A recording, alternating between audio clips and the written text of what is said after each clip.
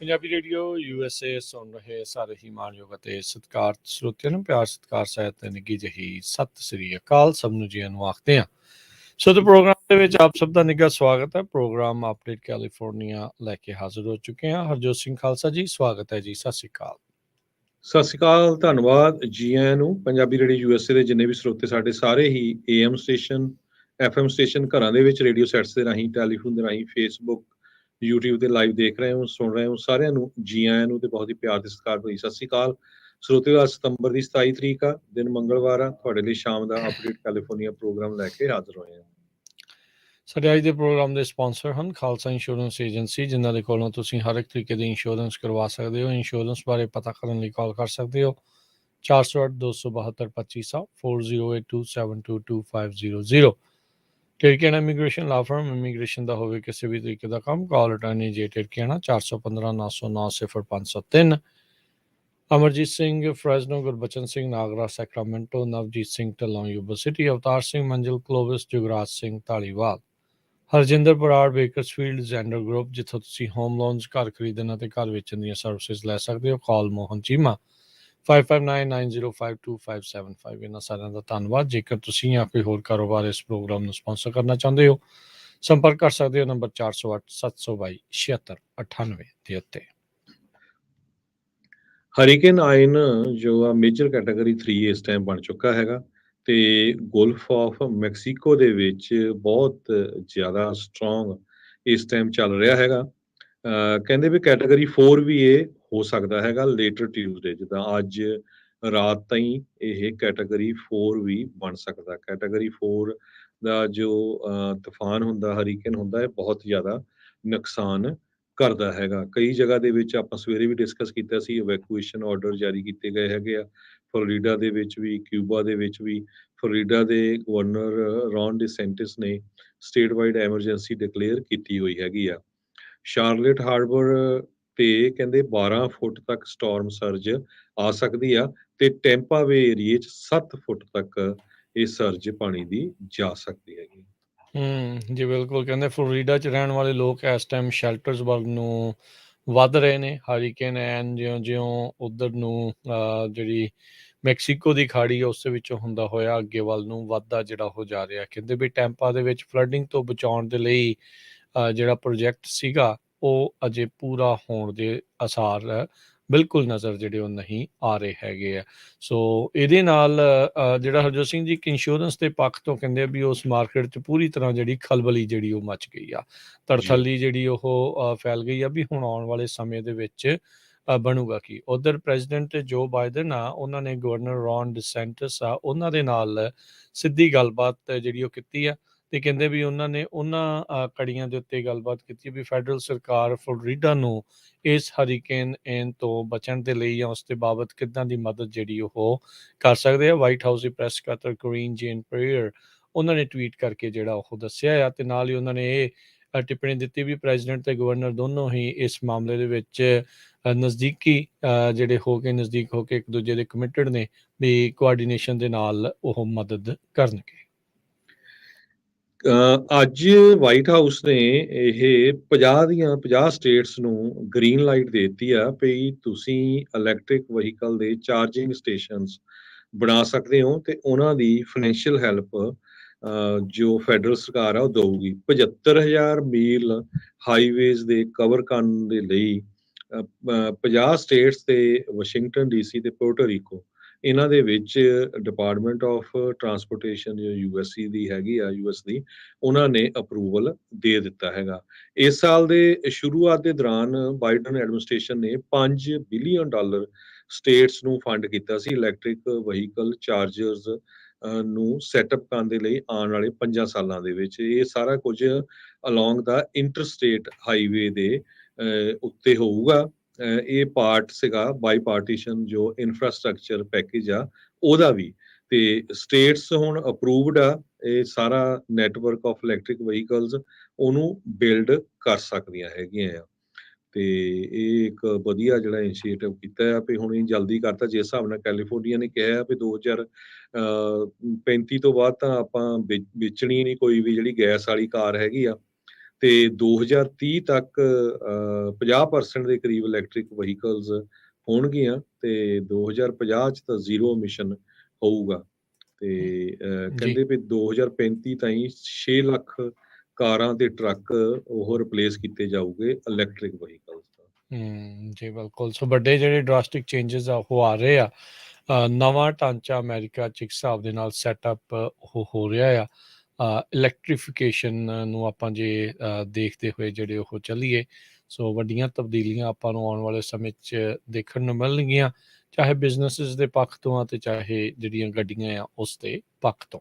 ਅਗਲੀ ਗੱਲ ਕਰਦੇ ਜਾਈਏ, ਸੈਨੇਟ ਦੇ ਮਾਈਨੋਰਟੀ ਤੇ ਮੈਜੋਰਟੀ ਦੋਨੋਂ ਲੀਡਰ ਮਿਚ ਮਕੌਨਲ ਤੇ ਚਾਰਲਸ ਸ਼ੂਮਰ ਉਹਨਾਂ ਨੇ ਉਸ ਬਿੱਲ ਨੂੰ ਆਪਣਾ ਥਾਪੜਾ ਦਿੱਤਾ ਆ, ਜਿਸ ਦੇ ਨਾਲ ਪ੍ਰੈਜ਼ੀਡੈਂਸ਼ੀਅਲ ਇਲੈਕਸ਼ਨ ਨਤੀਜਿਆਂ ਨੂੰ ਸਬਵਰਟ ਜਾਂ ਚੇਂਜ ਕਰਨ ਦੀਆਂ ਕੋਸ਼ਿਸ਼ਾਂ ਦੇ ਉੱਤੇ ਇੱਕ ਹਿਸਾਬ ਦੇ ਨਾਲ ਵਿਰਾਮ ਲੱਗ ਸਕਦਾ ਆ। 6 ਜਨਵਰੀ ਨੂੰ ਜੋ ਡੋਨਲਡ ਟਰੰਪ ਤੇ ਉਹਨਾਂ ਦੇ ਜਿਹੜੇ ਸਪੋਰਟਰਸ ਦੇ ਦੁਆਰਾ ਕੈਪੀਟਲ ਦੇ ਉੱਤੇ ਜਿਸ ਤਰੀਕੇ ਦੇ ਨਾਲ ਹਮਲਾ ਕੀਤਾ ਗਿਆ ਸੀਗਾ, ਸਰਟੀਫਿਕੇਸ਼ਨ ਜੋ ਬਾਈਡਨ ਉਹਨਾਂ ਦੀ ਜਿੱਤ ਦੀ ਰੋਕਣ ਦੀ ਕਹਿੰਦੇ ਜਿਹੜੀ ਕੋਸ਼ਿਸ਼ ਕੀਤੀ ਗਈ ਸੀ, ਅਜਿਹੇ ਅਟੈਕ ਕਹਿੰਦੇ ਆ ਵੀ ਅਜਿਹੇ ਬਿਲਸ ਦੇ ਨਾਲ ਰੁਕ ਸਕਦੇ ਆ। ਹਾਊਸ ਦੇ ਵਿੱਚ ਵੀ ਬੀਤੇ ਹਫ਼ਤੇ 'ਚ ਇੱਕ ਅਜਿਹਾ ਹੀ ਬਿੱਲ ਉਸ ਨੂੰ ਪਾਸ ਕੀਤਾ ਗਿਆ ਸੀਗਾ। ਇਹ ਇੰਡੋਰਸਮੈਂਟ ਮਿਲਣ ਦੇ ਨਾਲ ਕਹਿੰਦੇ ਆ ਵੀ ਇਸ ਬਿੱਲ ਦਾ ਸੈਨੇਟ ਦੇ ਵਿੱਚ ਪਾਸ ਹੋਣਾ ਸੌਖਾ ਹੋ ਜਾਵੇਗਾ। Electoral count reform and presidential transition improvement act ਇਸ ਨੂੰ ਸਪਾਂਸਰ ਕੀਤਾ ਹੈ ਮੇਨ ਦੇ ਰਿਪਬਲਿਕਨ ਸੈਨੇਟਰ ਸੂਜ਼ਨ ਕਾਲਿੰਸ ਤੇ ਜੋ ਮੈਂਸ਼ਨ ਜਿਹੜੇ ਡੈਮੋਕ੍ਰੇਟ ਨੇ ਵੈਸਟ ਵਰਜੀਨੀਆ ਦੇ। ਇਸ ਦੇ ਨਾਲ ਇਲੈਕਟਰਲ ਕਾਊਂਟ ਐਕਟ ਜਿਹੜਾ 1887 ਦਾ ਆ, ਉਸ ਦੇ ਵਿੱਚ ਸੋਧਾਂ ਹੋਣਗੀਆਂ ਤੇ ਨਾਲ ਹੀ ਇਹ ਰੀਫਰਮ ਜਿਹੜਾ ਆ ਉਹ ਕੀਤਾ ਜਾਊਗਾ ਵੀ ਜਿਹੜਾ ਵਾਈਸ ਪ੍ਰੈਜ਼ੀਡੈਂਟ ਆ ਉਸ ਦਾ ਮਹਿਜ ਇੱਕ ਕੰਮ ਮਿਨਿਸਟਰਲ ਰੋਲ ਹੋਊਗਾ ਜੁਆਇੰਟ ਸੈਸ਼ਨ ਆਫ ਕਾਂਗਰਸ ਦਾ, ਜਦੋਂ ਇਲੈਕਟਰਲ ਵੋਟਾਂ ਕਾਊਂਟ ਕੀਤੀਆਂ ਜਾਣਗੀਆਂ। ਪਿਛਲੀ ਵਾਰੀ ਟਰੰਪ ਸਪੋਰਟਰਸ ਦੇ ਦੁਆਰਾ ਜਿਹੜੇ ਉਸ ਟਾਈਮ ਦੇ ਉੱਤੇ ਉਪ ਰਾਸ਼ਟਰਪਤੀ ਸੀਗੇ ਮਾਈਕ ਪੈਂਸ, ਉਹਨਾਂ ਤੇ ਦਬਾਅ ਪਾਇਆ ਜਾ ਰਿਹਾ ਸੀਗਾ ਵੀ ਤੁਸੀਂ ਜੋ ਬਾਈਡਨ ਆ ਉਹਨਾਂ ਦੀ ਇਲੈਕਸ਼ਨ ਦੀ ਜਿਹੜੀ ਜਿੱਤ ਹੋਈ ਆ ਉਸ ਦੀ ਸਰਟੀਫਿਕੇਸ਼ਨ ਤੇ ਮੋਹਰ ਨਾ ਲਾਓ ਤੇ ਟਰੰਪ ਨੂੰ ਜਿਹੜਾ ਆ ਉਹ ਜੇਤੂ ਘੋਸ਼ਿਤ ਕਰ ਦਿਓ। ਸੋ ਹੁਣ ਇਹ ਇੱਕ ਤਬਦੀਲੀ ਜਿਹੜੀ ਆ ਉਹ ਲਿਆਂਦੀ ਜਾ ਰਹੀ ਆ, ਜੋ ਕਿ ਹਾਊਸ ਤੇ ਸੈਨੇਟ ਵਿੱਚ ਇਹ ਹਾਊਸ ਵਿੱਚ ਪਾਸ ਹੋ ਚੁੱਕਾ ਆ ਤੇ ਸੈਨੇਟ ਵਿੱਚ ਹੁਣ ਦੋਨੋਂ ਪਾਰਟੀਆਂ ਦਾ ਇਸ ਨੂੰ ਥਾਪੜਾ ਮਿਲ ਚੁੱਕਾ ਹੈ। ਜੀ, ਤੂਫਾਨਾਂ ਦੀ ਗੱਲ ਕਰ ਰਹੇ ਸੀ ਤੇ ਅੱਜ ਵੀਅਤਨਾਮ ਦੇ ਵਿੱਚ ਵੀ ਕਹਿੰਦੇ ਵੀ ਇੱਕ ਤੂਫਾਨ ਨੋਰੂ ਕਰਕੇ ਜੋ ਆ ਉਹ one of the strongest storm ਆ, ਉਹ ਵੀਅਤਨਾਮ ਨੂੰ ਸਾਲਾਂ ਬਾਅਦ ਹਿੱਟ ਕਰਨ ਜਾ ਰਿਹਾ ਆ। ਵੀਅਤਨਾਮ ਨੇ ਆਪਣੇ ਸਾਰੇ ਦੇ ਸਾਰੇ 에ਅਰਪੋਰਟ ਬੰਦ ਕਰ ਦਿੱਤੇ ਆ ਤੇ ਉੱਥੇ ਕਰਫਿਊ ਲਾ ਦਿੱਤਾ ਗਿਆ ਆ। ਤਾਈਫਾਨ ਨੋਰੂ ਦੇ ਉੱਥੇ ਪਹੁੰਚਣ ਦੇ ਨਾਲ ਕਹਿੰਦੇ ਵੀ ਸਾਡੇ ਕੋਲ ਬਾਹਲਾ ਸਮਾਂ ਨਹੀਂ ਬਚਿਆ ਤੇ ਸਾਨੂੰ ਇਮੀਡੀਏਟਲੀ ਮੂਵ ਆਊਟ ਕਰਨਾ ਪੈਣਾ ਜਿਹੜੇ ਏਰੀਏ 'ਚ ਇਹ ਹਿੱਟ ਕਰੂਗਾ। ਇਸ ਤੋਂ ਪਹਿਲਾਂ ਫਿਲੀਪਾਈਨਸ ਦੇ ਵਿੱਚ ਤੂਫਾਨ ਨੋਰੂ ਨੇ ਹਿੱਟ ਕੀਤਾ ਹੈਗਾ, ਜਿਹਦੇ ਨਾਲ 8 ਲੋਕਾਂ ਦੀ ਮੌਤ ਹੋ ਚੁੱਕੀ ਆ। 46,000 ਲੋਕਾਂ ਨੂੰ ਫਿਲੀਪੀਨਸ ਦੇ ਵਿੱਚ ਜੋ ਆ ਉਹ ਇਵੈਕੂਏਟ ਕੀਤਾ ਗਿਆ ਹੈਗਾ। ਜੀ।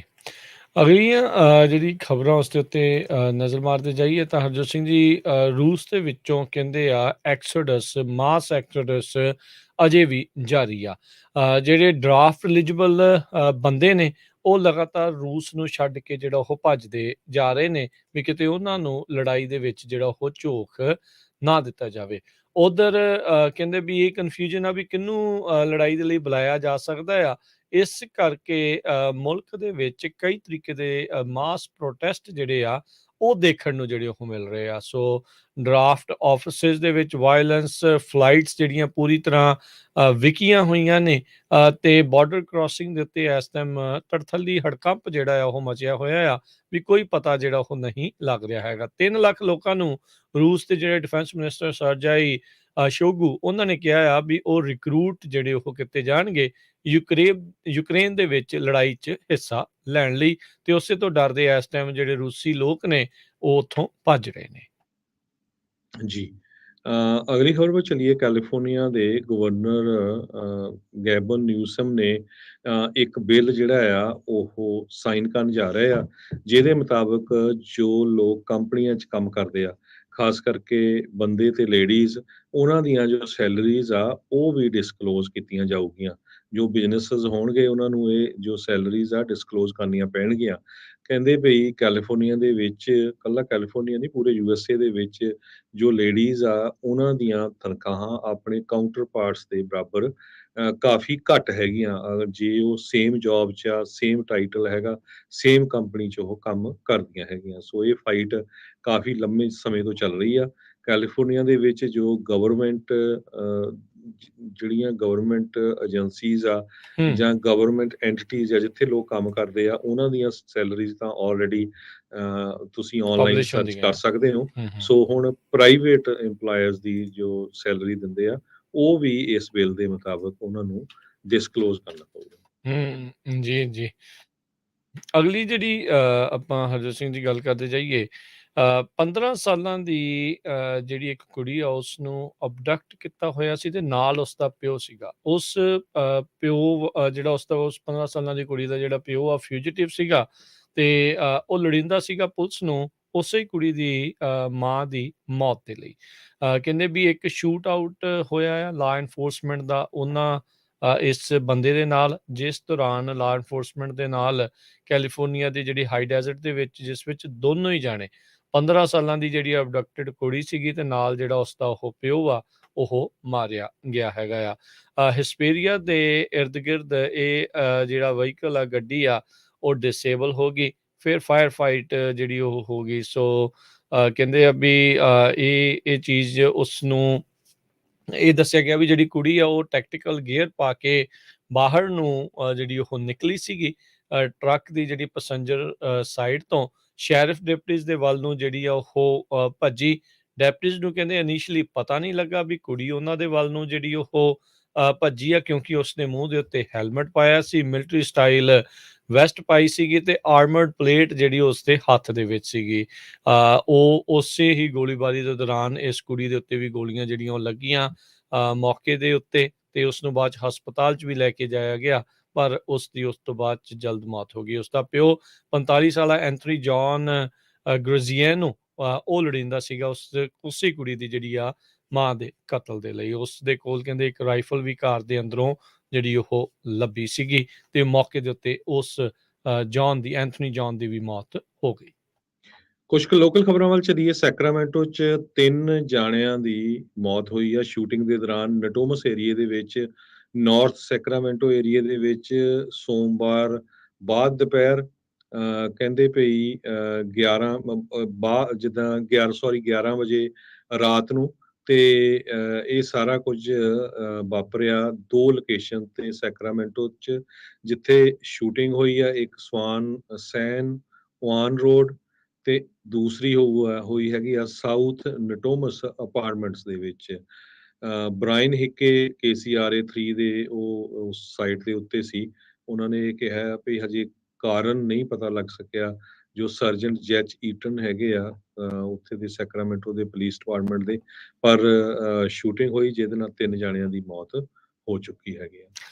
ਮਾਊਂਟਨ ਵਿਊ ਦੇ ਵਿੱਚ ਆਰਵੀਜ਼ ਜਿਹੜੀਆਂ ਆ ਉਹ ਪਾਰਕ ਕਰਦੀਆਂ ਆ ਸੜਕ ਦੇ ਉੱਤੇ। ਉਸ ਨੂੰ ਲੈ ਕੇ ਲਾਸੂਟ ਜਿਹੜਾ ਆ ਉਹ ਅਦਾਲਤਾਂ ਦੇ ਵਿੱਚ ਚੱਲ ਰਿਹਾ ਸੀ। ਅੱਜ ਮਾਊਂਟਨ ਵਿਊ ਨੇ 3 ਮੀਲ ਦੀਆਂ ਜਿਹੜੀਆਂ ਸਟਰੀਟਸ ਆ ਉਹ ਡੈਜ਼ਿਗਨੇਟ ਕਰ ਦਿੱਤੀਆਂ ਵੀ ਇੱਥੇ ਆਰਵੀਜ਼ ਪਾਰਕ ਕਰ ਸਕਦੀਆਂ ਆ ਤੇ 1 ਅਕਤੂਬਰ ਤੋਂ ਬਾਕੀ ਥਾਵਾਂ ਦੇ ਉੱਤੇ ਆਰਵੀ ਪਾਰਕ ਕਰਨ ਦੇ ਉੱਤੇ ਬੈਨ ਜਿਹੜਾ ਆ ਉਹ ਸ਼ੁਰੂ ਹੋ ਜਾਵੇਗਾ। ਪਾਰਕਿੰਗ ਰੈਸਟ੍ਰਿਕਸ਼ਨਸ ਕਹਿੰਦੇ ਮੋਸਟ ਸਿਟੀ ਸਟਰੀਟਸ ਦੇ ਉੱਤੇ 1 ਅਕਤੂਬਰ ਤੋਂ ਰਿਟਰਨ ਜਿਹੜੀਆਂ ਉਹ ਹੋਣਗੀਆਂ। ਆਰਵੀ ਡਿਵੈਲਪਰਸ ਦੇ ਕੋਲ ਇਹ ਹੁਣ 3 ਮੀਲ ਦੀਆਂ ਜਿਹੜੀਆਂ ਸਟਰੀਟਸ ਆ ਜਿਨ੍ਹਾਂ ਤੇ ਪਾਰਕਿੰਗ ਰੈਸਟ੍ਰਿਕਸ਼ਨਸ ਨਹੀਂ ਹਨ, ਉਹਨਾਂ ਤੇ ਪਾਰਕਿੰਗ ਹੋਊਗੀ। ਇੱਕ ਟੈਂਟੇਟਿਵ ਮੁੱਢਲੇ ਤੌਰ ਦੇ ਉੱਤੇ ਇੱਕ ਐਗਰੀਮੈਂਟ ਆ ਉਹ ਹੋਇਆ ਆ, ਜਿਸ ਨੂੰ ਅਜੇ ਕਹਿੰਦੇ ਵੀ ਕੋਰਟ ਦੇ ਦੁਆਰਾ ਅਪਰੂਵ ਜਿਹੜਾ ਉਹ ਕੀਤਾ ਜਾਣਾ ਆ, ਪਰ ਆਪਸੀ ਸਮਝੌਤਾ ਜਿਹੜਾ ਇਸ ਦੇ ਵਿੱਚ ਬਣ ਚੁੱਕਾ ਆ। ਸਿਟੀ ਦੇ ਦੁਆਰਾ 1 ਅਕਤੂਬਰ ਤੋਂ ਬਾਅਦ 'ਚ ਜਿਹੜੀਆਂ ਓਵਰਸਾਈਜ਼ਡ ਵਹੀਕਲਸ ਆ ਉਹਨਾਂ ਦੇ ਉੱਤੇ ਟਿਕਟ ਦੇਣ ਦਾ ਕੰਮ ਸਿਲਸਿਲਾ ਜਿਹੜਾ ਉਹ ਸ਼ੁਰੂ ਹੋਊਗਾ। ਸਭ ਤੋਂ ਪਹਿਲਾਂ ਉਹਨਾਂ ਨੂੰ 72 ਘੰਟੇ ਦਾ ਨੋਟਿਸ ਮਿਲੂਗਾ ਤੇ ਜੇ 72 ਘੰਟਿਆਂ ਦੇ ਵਿੱਚ ਉਹ ਆਪਣੀ ਓਵਰਸਾਈਜ਼ਡ ਵਹੀਕਲ ਨੂੰ ਮੂਵ ਨਹੀਂ ਕਰਦੇ ਤੇ ਉਹਨਾਂ ਨੂੰ ਟੋ ਕਰਕੇ ਉੱਥੋਂ ਗੱਡੀ ਨੂੰ ਲਿਜਾਇਆ ਜਾਊਗਾ। ਸੋ ਲਾਸੂਟ ਦੇ ਦੌਰਾਨ ਮਾਊਂਟਨ ਵਿਊ ਸਿਟੀ ਦੇ ਦੁਆਰਾ ਇਹ ਐਨਫੋਰਸਮੈਂਟ ਆ ਉਹ ਨਹੀਂ ਕੀਤੀ ਜਿਹੜੀ ਉਹ ਜਾ ਰਹੀ ਆ। ਹਾਲ ਦੀ ਘੜੀ ਪੁਲਿਸ ਨੂੰ ਹੀ ਇਹ ਡਿਸਕ੍ਰੈਸ਼ਨ ਦਿੱਤਾ ਸੀਗਾ, ਉਹਨਾਂ ਦੇ ਉੱਤੇ ਹੀ ਛੱਡਿਆ ਸੀਗਾ ਵੀ ਵਹੀਕਲ ਟੋ ਕਰਨੀ ਆ ਜਾਂ ਨਹੀਂ। ਅਗਲੀ ਖਬਰ ਬੇਕਰਸਫੀਲਡ ਤੋਂ ਆ ਰਹੀ ਹੈ। ਕੈਲੀਫੋਰਨੀਆ ਹਾਈਵੇ ਪੈਟਰੋਲ ਤੇ K9 ਦੇ ਆਫੀਸਰਸ ਨੇ ਇੱਕ ਬਹੁਤ ਵੱਡਾ ਡਰੱਗ ਬਸਟ ਕੀਤਾ ਹੈਗਾ। ਕਹਿੰਦੇ ਵੀ ਸਤੰਬਰ 23 ਨੂੰ CHP ਆਫੀਸਰਸ ਨੇ ਟੋਯੋਟਾ ਕਰੋਲਾ ਕਾਰ ਜੋ state route 99 south of state route 65 ਤੇ ਜਾ ਰਹੀ ਸੀ ਤੇ ਇਹਦੀਆਂ ਵਿੰਡੋਜ਼ ਟਿੰਟਡ ਸੀਗੀਆਂ ਤੇ ਜਦੋਂ ਉਸ ਨੂੰ ਰੋਕਿਆ ਗਿਆ ਤੇ ਸਮੈਲ ਬਹੁਤ ਆਉਂਦੀ ਸੀ ਮਰਵਾਨਾ ਦੀ ਤੇ ਉਸ ਤੋਂ ਬਾਅਦ ਪੁਲਿਸ ਨੇ K9 ਆਫੀਸਰਸ ਜੋ ਡੌਗ ਹੁੰਦੇ ਆ ਉਹਨਾਂ ਨੂੰ ਡਿਪਲਾਈ ਕੀਤਾ ਤੇ ਇੰਸਪੈਕਟ ਕੀਤਾ ਤੇ ਉਸ ਕਾਰ ਦੇ ਵਿੱਚੋਂ 100 ਪਾਉਂਡ ਕ੍ਰਿਸਟਲ ਮੈਥ ਮਿਲਿਆ ਹੈਗਾ। ਇਹ ਏਜੰਟਸ ਜੋ ਕਰਨ County high intensity drug trafficking ਦੇ ਨਾਲ ਟੀਮ ਦੇ ਮੈਂਬਰ ਸੀ ਤੇ ਨਾਲ CHP ਸੀ। ਉਹਨਾਂ ਨੇ 23 ਸਾਲਾਂ ਦੇ ਇਫਰੇਨ ਵਾਈਜ਼ ਤੇ ਇੱਕ 29 ਸਾਲਾਂ ਦੇ ਐਡਜੂਆਰਡੋ ਮੈਲੈਂਡਰਸ ਨੂੰ ਜਿਹੜਾ ਆ ਅਰੈਸਟ ਕੀਤਾ ਹੈ। ਜੀ। ਅਗਲੀ ਜਿਹੜੀ ਹਰਜੋਤ ਸਿੰਘ ਜੀ ਗੱਲ ਕਰਦੇ ਜੇ ਅੱਜ ਪੰਜਾਬੀ ਰੇਡੀਓ USA ਦੇ ਵੱਲੋਂ ਮੈਂ ਮਡੇਰਾ ਦੇ ਜਿਹੜਾ ਕਾਊਂਟੀ ਦੇ ਚੈਂਬਰਸ ਆ ਸੁਪਰਵਾਈਜ਼ਰ ਦਾ ਚੈਂਬਰ ਆ ਜਿੱਥੇ ਮੀਟਿੰਗ ਜਿਹੜੀ ਉਹ ਚੱਲ ਰਹੀ ਸੀਗੀ ਫਾਰਮਰਸ ਦੇ ਉੱਤੇ ਖਾਸ ਕਰਕੇ ਚੋਚਲਾ ਮਡੇਰਾ ਉਸ ਇਲਾਕੇ ਦੇ ਉੱਤੇ ਉਹ ਜਿਹੜੇ ਅੰਡਰਗਰਾਊਂਡ ਵਾਟਰ ਵਰਤਦੇ ਆ ਉਹਨਾਂ ਉੱਤੇ ਫਾਈਨ ਲਾਉਣ ਦੀ ਜਿਹੜੀ ਸਿਲਸਿਲਾ ਲਾਇਆ ਗਿਆ ਸੀਗਾ ਜਿਹੜਾ ਮਿੱਥਿਆ ਗਿਆ ਸੀ ਉਸ ਨੂੰ ਲੈ ਕੇ ਕਾਫੀ ਲੰਮਾ ਵਕਤ ਜ਼ਰਾ ਜਿਹੜੀ ਉਸ ਦੇ ਉੱਤੇ ਹੁੰਦੀ ਰਹੀ ਤਕਰੀਬਨ 10:30 ਵਜੇ ਇਹ ਮੀਟਿੰਗ ਜਿਹੜੀ ਉਹ ਆਰੰਭ ਹੋਈ ਤਾਂ 3 ਵਜੇ ਜਾ ਕੇ ਮੀਟਿੰਗ ਮੁੱਕੀ ਜਿਸ ਦੇ ਵਿੱਚ ਘੰਟੇ ਡੇਢ ਘੰਟੇ ਦਾ ਇੱਕ ਲੰਚ ਪੀਰੀਅਡ ਵੀ ਜਿਹੜਾ ਉਹ ਆਇਆ ਸੀਗਾ। ਸਭ ਤੋਂ ਪਹਿਲਾਂ ਤਾਂ ਉਹਨਾਂ ਨੇ ਜਿਹੜੇ ਸੁਪਰਵਾਈਜ਼ਰਸ ਆ ਉਹਨਾਂ ਨੇ ਇਹ ਦੱਸਿਆ ਵੀ ਜਿਹੜੇ ਡਿਪਾਰਟਮੈਂਟ ਆਫ ਵਾਟਰ ਰਿਸੋਰਸਿਸ ਆ ਉਹਨਾਂ ਦੇ ਦੁਆਰਾ ਜਿਹੜਾ ਇਹਨਾਂ ਦੁਆਰਾ ਪ੍ਰੋਜੈਕਟ ਬਣਾ ਕੇ ਘੱਲਿਆ ਗਿਆ ਸੀਗਾ ਮਡੇਰਾ ਕਾਊਂਟੀ ਦੇ ਸੁਪਰਵਾਈਜ਼ਰਸ ਉਹਨਾਂ ਦੁਆਰਾ ਉਸ ਨੂੰ ਉਹਨਾਂ ਨੇ ਹਾਲ ਦੀ ਘੜੀ ਰੱਦ ਕਰ ਦਿੱਤਾ ਤੇ 180 ਦਿਨ 6 ਮਹੀਨੇ ਦਾ ਵਕਤ ਹੋਰ ਦਿੱਤਾ ਹੈ ਉਸ ਨੂੰ ਸੋਧ ਕੇ ਜਿਹੜਾ ਦੁਬਾਰਾ ਉਹ ਘੱਲਣ ਦੇ ਲਈ। ਸੋ ਉਨੀ ਦੇਰ ਤੱਕ ਫਾਰਮਰਸ ਐਟਲੀਸਟ ਉੱਥੇ ਜਿਹੜੇ ਬਾਅਦ ਦੇ ਵਿੱਚ ਜਦੋਂ ਇਹ ਗੱਲ ਪਤਾ ਲੱਗਣ ਤੋਂ ਬਾਅਦ ਉਹਨਾਂ ਨੇ ਕਿਹਾ ਵੀ ਭਾਈ ਐਟਲੀਸਟ ਆਪਣੇ ਕੋਲ ਹੁਣ 6 ਮਹੀਨੇ ਦਾ ਵਕਤ ਹੈ ਤੇ ਆਪਾਂ ਕਿਉਂ ਫਾਰਮਰਸ ਦੇ ਉੱਤੇ ਫਾਈਨ ਪਾਣੀ ਕੱਢਣ ਦੇ ਲਈ ਜਿਹੜਾ ਉਹ ਲਾਉਣਾ ਆ।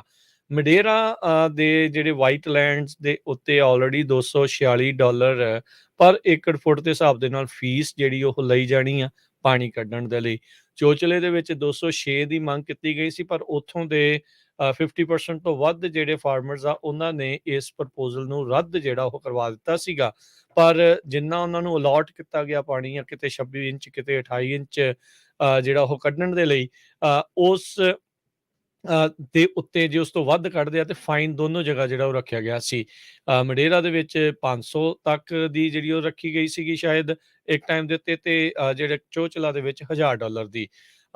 ਕਾਫੀ ਲੋਕਾਂ ਨੇ ਦਰਜਨ ਤੋਂ ਵੱਧ 2 ਦਰਜਨ ਤਕਰੀਬਨ ਲੋਕਾਂ ਨੇ ਆਪਣੇ 3-3 ਮਿੰਟ ਬੋਲ ਕੇ ਇਸ ਚੀਜ਼ ਦੇ ਉੱਤੇ ਜਿਹੜਾ ਉਹ ਜ਼ੋਰ ਪਾਇਆ ਵੀ ਫਾਰਮਰਸ ਤੋਂ ਜੇ ਤੁਸੀਂ ਪਾਣੀ ਉਹਨਾਂ ਨੂੰ ਲਾਉਣ ਤੋਂ ਰੋਕੋਗੇ ਤਾਂ ਅਨਾਜ ਕਿੱਦਾਂ ਪੈਦਾ ਹੋਊਗਾ। ਅਸੀਂ ਕਹਿੰਦੇ ਵੀ ਅਸੀਂ ਸਮਝਦੇ ਹਾਂ ਵੀ ਸਸਟੇਨੇਬਿਲਟੀ ਪਾਣੀ ਦੀ ਸਸਟੇਨੇਬਿਲਟੀ ਦਾ ਮਸਲਾ ਹੈ ਪਰ ਕਹਿੰਦੇ ਵੀ ਸਾਰਾ ਸਾਡੇ ਸਿਰ ਦੇ ਉੱਤੇ ਹੀ ਭਾਰ ਕਿਉਂ ਪਾਇਆ ਜਾ ਰਿਹਾ ਸਰਕਾਰਾਂ ਕੀ ਕਰ ਰਹੀਆਂ ਆ ਇੰਨੇ ਸਾਲਾਂ ਤੋਂ ਪਾਣੀ ਦੀ ਸਪਲਾਈ ਦੇ ਵਿੱਚ ਕੋਈ ਵਾਧਾ ਇਜ਼ਾਫਾ ਕਰਨ ਦੇ ਲਈ ਸਰਕਾਰਾਂ ਦੁਆਰਾ ਕੀ ਕੀਤਾ ਜਾ ਰਿਹਾ। ਸਾਈਟਸ ਰਿਜ਼ਰਵਾਇਰ ਦੀ ਚਰਚਾ ਜਿਹੜੀ ਉੱਥੇ ਛਿੜੀ ਜਿਹੜਾ ਕਿ 1982 ਸਨ ਦਾ ਪਾਸ ਹੋਇਆ ਆ ਪਰ ਅਜੇ ਤੱਕ ਉਸ ਦੇ ਉੱਤੇ ਕੋਈ ਵੀ ਕੰਮ ਨਹੀਂ ਹੋਇਆ ਪਾਣੀ ਨੂੰ ਸਟੋਰ ਕਰਨ ਦੇ ਲਈ।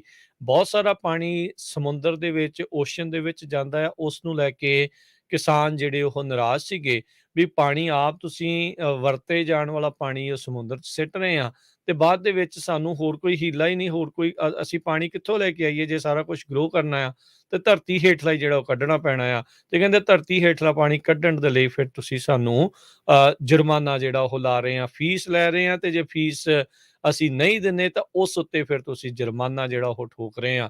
ਸੋ ਇਸ ਚੀਜ਼ ਤੋਂ ਕਾਫੀ ਜਿਹੜੇ ਕਿਸਾਨ ਆ ਉਹ ਨਾਖੁਸ਼ ਸੀਗੇ। ਇੱਥੇ ਜਿਹੜੀ ਪੰਜਾਬੀ ਅਮਰੀਕਨ ਗਰੋਵਰਸ ਗਰੁੱਪ ਆ ਉਹ ਤੇ ਮਡੇਰੇ ਤੇ ਹੋਰ ਇਲਾਕੇ ਦੇ ਜਿਹੜੇ ਕਿਸਾਨ ਆ ਉਹ ਉੱਥੇ ਪਹੁੰਚੇ ਸੀਗੇ ਇੱਕ ਦੂਜੇ ਦੀ ਜਿਹੜੀ ਉਹ ਮਦਦ ਕਰਨ ਦੇ ਲਈ। ਜਿਹੜੇ ਕਹਿ ਸਕਦੇ ਆ ਵੀ ਸੈਂਕੜੇ ਲੋਕ ਉਸ ਚੈਂਬਰ ਦੇ ਵਿੱਚ ਮੌਜੂਦ ਸੀਗੇ ਇਹ ਜਿਹੜੀ ਮੀਟਿੰਗ ਚੱਲ ਰਹੀ ਸੀ ਉਸ ਦੇ ਦੌਰਾਨ ਤੇ ਉਸ ਦੇ ਵਿੱਚ ਜਿਹੜੇ ਪੰਜਾਬੀ ਸਿੱਖ ਜਿਹੜੇ ਪੱਗਾਂ ਵਾਲੇ ਵੀ ਤੇ ਉੱਦਾਂ ਜਿਹੜੇ ਪੱਗ ਤੋਂ ਬਗੈਰ ਵੀ ਸੀਗੇ ਕਾਫੀ ਜਿਹੜੇ ਆਪਣੇ ਫਾਰਮਰ ਆ ਅੱਜ ਇਸ ਮੀਟਿੰਗ 'ਚ ਪਹੁੰਚੇ। ਸੋ 2 ਵਜੇ ਤੋਂ ਬਾਅਦ ਜਦ ਲੰਚ ਤੋਂ ਬਾਅਦ ਹਰਜੋਤ ਸਿੰਘ ਦੀ ਦੁਬਾਰਾ ਮੀਟਿੰਗ ਰੀਕਨਵੀਨ ਹੋਈ ਤਾਂ ਵੋਟ ਜਿਹੜੀ ਉੱਥੇ ਪੈਣੀਆਂ ਸੀਗੀਆਂ। ਸੋ $1000 ਜੁਰਮਾਨਾ ਲਾਉਣ ਵਾਲੇ ਰੈਜ਼ੋਲੂਸ਼ਨ ਦੇ ਉੱਤੇ 2 ਦੇ ਮੁਕਾਬਲੇ 3 ਵੋਟਾਂ ਦੇ ਨਾਲ ਨੋ ਹੋ ਗਈ। ਸੋ ਉੱਥੇ ਦੇ ਜਿਹੜੇ 3 ਸੁਪਰਵਾਈਜ਼ਰ ਆ, ਉਹਨਾਂ ਨੇ ਕਿਹਾ ਵੀ ਨਹੀਂ, $1000 ਜੁਰਮਾਨਾ ਕਿਤੇ ਨਾ ਕਿਤੇ ਵੱਧ ਜਿਹੜਾ ਉਹ ਨਜ਼ਰ ਆਉਂਦਾ ਆ। ਸੋ ਕਹਿੰਦੇ ਵੀ ਉਹਦੀ ਥਾਂ ਤੇ ਕਿਉਂ ਨਾ ਟੀਅਰ ਸਿਸਟਮ ਜਿਹੜਾ ਜੁਰਮਾਨੇ ਦਾ ਕੀਤਾ ਜਾਵੇ। $100 ਪਹਿਲੇ ਸਾਲ, ਜੇ ਉਸ ਤੋਂ ਅਗਲੇ ਸਾਲ ਵੀ ਕੋਈ ਜਿੰਨਾ ਪਾਣੀ ਅਲਾਟ ਕੀਤਾ ਜਾਂਦਾ ਉਸ ਤੋਂ ਵੱਧ ਵਰਤਦਾ ਤੇ 100 ਹਰ ਸਾਲ ਵਧਾਇਆ ਜਾਵੇ, ਤੇ 500 ਦੇ ਉੱਤੇ ਜਿਹੜਾ ਉਹ ਕੈਪ ਕਰ ਦਿੱਤਾ ਆ। ਸੋ ਲਾਸਟ ਦੇ ਵਿੱਚ ਕਾਫੀ ਭੰਬਲ ਭੂਸਾ ਰਿਹਾ, ਲੋਕਾਂ ਨੂੰ ਅਚਾਨਕ ਪਤਾ ਨਹੀਂ ਲੱਗਾ ਵੀ ਕੀ ਹੋਇਆ ਜਦੋਂ ਵੋਟਿੰਗ ਜਿਹੜੀ ਉਹ ਹੋ ਰਹੀ ਸੀਗੀ। ਪਰ ਇਹ $100 ਟੀਅਰਡ ਸਿਸਟਮ, $500 ਜਿਸ ਦੇ ਵਿੱਚ ਕੈਪ ਰੱਖੀ ਗਈ ਹੈ, ਹਰ ਸਾਲ $100 ਵਧੂਗਾ ਜੁਰਮਾਨਾ, ਉਸ ਦੇ ਉੱਤੇ ਜਿਹੜੀ ਆ ਬੋਰਡ ਆਫ ਸੁਪਰਵਾਈਜ਼ਰਸ ਨੇ ਮਨਜ਼ੂਰੀ ਦੇ ਦਿੱਤੀ ਆ। ਕੁਛ ਬੋਰਡ ਆਫ ਸੁਪਰਵਾਈਜ਼ਰਸ ਨੇ ਇਹ ਕਿਹਾ ਵੀ ਇਹ ਚਾਹੇ ਤੁਸੀਂ ਸੋਚ ਰਹੇ ਹੋ ਵੀ ਫਾਰਮਰਸ ਗੁੱਡ ਫੇਥ ਦੇ ਵਿੱਚ ਅਸੀਂ ਕਰ ਰਹੇ ਹਾਂ ਇਹ ਇੱਕ ਹਿਸਾਬ ਦੇ ਨਾਲ ਸਮਝੌਤਾ, ਪਰ ਜਿਹੜੇ ਇਸ ਦੇ ਉਲਟ ਸੀਗੇ ਉਹਨੇ ਕਿਹਾ ਵੀ ਇਹਦੇ ਵਿੱਚ ਵੇਖਿਓ ਇਸ ਦੀ ਦੁਰਵਰਤੋਂ ਹੋਣੀ ਆ, ਪਾਣੀ ਜ਼ਿਆਦਾ ਉਹਨਾਂ ਨੇ ਕੱਢ ਲੈਣਾ ਆ, ਕਿਉਂਕਿ ਜੁਰਮਾਨਾ ਬਹੁਤ ਥੋੜਾ ਆ। ਸੋ ਇਸ ਲਈ $1000 ਰੱਖਿਆ ਗਿਆ ਸੀਗਾ। ਹੁਣ ਦੇਖੋ ਅੱਗੇ ਜਿਹੜਾ ਇਸ ਦੇ ਵਿੱਚ ਕੀ ਬਣਦਾ, ਪਰ ਹਰ ਸਾਲ ਸੁਪਰਵਾਈਜ਼ਰ ਮਿਲ ਕੇ ਇਸ ਜੁਰਮਾਨੇ ਨੂੰ ਵਧਾ ਘਟਾ ਸਕਦੇ ਆ। ਪਰ ਅੱਜ ਦੇ ਰੈਜ਼ੋਲੂਸ਼ਨ ਦੇ ਅਨੁਸਾਰ $100 ਹਰ ਸਾਲ ਜੁਰਮਾਨਾ ਵਧੂਗਾ ਜੇ ਜਿੰਨਾ ਅਲਾਟ ਕੀਤਾ ਗਿਆ ਪਾਣੀ ਉਸ ਤੋਂ ਵੱਧ ਵਰਤੋਂ ਜਿਹੜੀ ਆ ਉਹ ਕੀਤੀ ਜਾਂਦੀ ਆ। ਪਰ ਓਵਰਆਲ ਕਹਿ ਸਕਦੇ ਆ ਵੀ $1000 ਦੇ ਜੁਰਮਾਨੇ ਨੂੰ ਉੱਥੋਂ ਦੇ ਕਿਸਾਨਾਂ ਨੇ ਇੱਕੋ ਟਾਈਮ ਦੇ ਉੱਤੇ ਲੱਗਣ ਤੋਂ ਬਚਾ ਲਿਆ ਆ, ਆਪਣੀ ਏਕਤਾ ਦਾ ਪ੍ਰਦਰਸ਼ਨ ਕਰਕੇ। ਸੋ ਬਿਲਕੁਲ ਸੋ ਬਹੁਤ ਵੱਡੀ ਗਿਣਤੀ 'ਚ ਪਹੁੰਚੇ ਸੀ। ਸੋ ਹਮੇਸ਼ਾ ਹੀ ਜਿੱਥੇ ਵੀ ਤੁਹਾਡੇ ਹੱਕ ਦੀ ਗੱਲ ਹੁੰਦੀ ਆ, ਕਿਸੇ ਵੀ ਦੁਨੀਆ ਦੇ ਮੁਲਕ 'ਚ ਜ਼ਰੂਰ ਗੱਲ ਕਰਿਆ ਕਰੋ। ਤੇ ਸਾਰਿਆਂ ਦਾ ਬਹੁਤ-ਬਹੁਤ ਧੰਨਵਾਦ ਜੋ ਵੱਡੀ ਗਿਣਤੀ 'ਚ ਪੰਜਾਬੀ ਕਮਿਊਨਿਟੀ ਵਾਲੇ ਪਹੁੰਚੇ ਸੀ। ਸੋ ਪੀਜੇ ਦਾ ਲੰਗਰ ਵੀ ਜਿਹੜਾ ਸਿੱਖਾਂ ਵੱਲੋਂ ਉੱਥੇ ਸਾਰਿਆਂ ਨੂੰ ਜਿਹੜਾ ਆ ਉਹ ਛਕਾਇਆ ਗਿਆ। ਸੋ ਬਹੁਤ ਸਾਰਿਆਂ ਦਾ ਧੰਨਵਾਦ। ਸੋ ਪਾਣੀ ਦੀ ਗੱਲ ਕਰਦੇ ਸੀ, ਕਹਿੰਦੇ ਵਾਟਰ ਕੈਲੀਫੋਰਨੀਆ ਦੇ ਵਿੱਚ ਬਹੁਤ ਜ਼ਿਆਦਾ ਐਕਸਪੈਂਸਿਵ ਹੋ ਗਿਆ। ਨਵਾਂ ਬਿੱਲ ਸਟੇਟ ਵਾਲੇ ਇੱਕ ਹੋਰ ਲੈ ਕੇ ਆ ਰਹੇ ਆ, ਜਿਹਦੇ ਮੁਤਾਬਕ ਜੋ ਲੋ ਇਨਕਮ ਵਾਲੇ ਲੋਕ ਹੈਗੇ ਆ, ਉਹਨਾਂ ਨੂੰ ਵੀ ਕਾਫੀ ਜਿਹੜਾ ਰੇਟ ਦੇ ਵਿੱਚ ਉਹਨਾਂ ਦੇ ਵਾਧਾ ਹੋਊਗਾ। ਇਹ ਐਸਵੀ ਬਿੱਲ ਜਿਹੜਾ ਆ 222 ਆ ਰਿਹਾ ਆ, ਕਿਉਂਕਿ ਕਹਿੰਦੇ ਪਾਣੀ ਦਾ ਯੂਸੇਜ ਇੰਨਾ ਘਟਿਆ ਨਹੀਂ, ਪਰ ਜੋ ਪਾਣੀ ਨੂੰ ਟਰੀਟ ਕੀਤਾ ਜਾਂਦਾ ਆ, ਉਸ ਤੋਂ ਬਾਅਦ ਕਾਸਟ ਬਹੁਤ ਵੱਧ ਰਹੀ ਆ। ਕੈਲੀਫੋਰਨੀਆ ਅਰਬਨ ਵਾਟਰ ਏਜੰਸੀ ਦੇ ਮੁਤਾਬਕ ਇੱਕ ਨਾਨ ਪ੍ਰੋਫਿਟ ਕਾਰਪੋਰੇਸ਼ਨ ਆ, ਕਹਿੰਦੇ 11 ਮੇਜਰ ਅਰਬਨ ਵਾਟਰ ਏਜੰਸੀਜ਼ ਜਿਨ੍ਹਾਂ 'ਚ San Francisco, Santa Clara, Alameda, East Bay, Contra Costa water districts ਹੈਗੇ ਆ। ਸੋ ਇਹਨਾਂ ਸਾਰਿਆਂ ਦੇ ਬਿੱਲ ਜਿਹੜੇ ਆ 7% ਪਰ ਈਅਰ ਇਨਕਰੀਜ਼ ਹੋ ਰਹੇ ਆ 2007 ਤੋਂ ਲੈ ਕੇ। ਸੋ ਇਹ ਬਿੱਲ ਹੁਣ ਕਹਿੰਦੇ ਵੀ 12% ਤੱਕ ਇਨਕਰੀਜ਼ ਹੋਣਗੇ। According to California water resources ਦੀ 2021 ਦੀ ਰਿਪੋਰਟ ਦੇ ਮੁਤਾਬਕ 6.5 ਲੱਖ ਰੈਜ਼ੀਡੈਂਸ਼ੀਅਲ ਤੇ 46,000 ਬਿਜ਼ਨੈਸਿਸ ਨੇ ਆਪਣੇ ਬਿੱਲ ਹੀ ਨਹੀਂ ਦਿੱਤੇ, ਜਿਹੜਾ ਕਿ $315 ਮਿਲੀਅਨ ਬਣਦਾ ਹੈ। ਜੀ, ਜੀ ਬਿਲਕੁਲ।